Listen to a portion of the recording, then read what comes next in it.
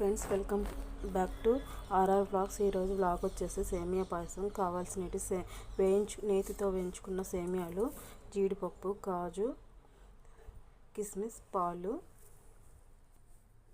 మనం ముందుగా కాజు, బాదం, జీడిపప్పును నేతిలో వేయించుకోవాలి.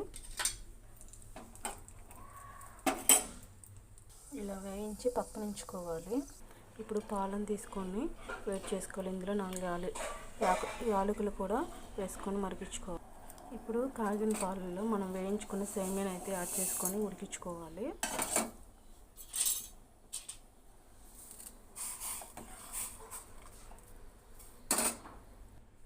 మనం ఇలా అనంగానే ఇరిగిపోయేలా ఉన్నప్పుడు పంచదార యాడ్ చేసుకోవాలి.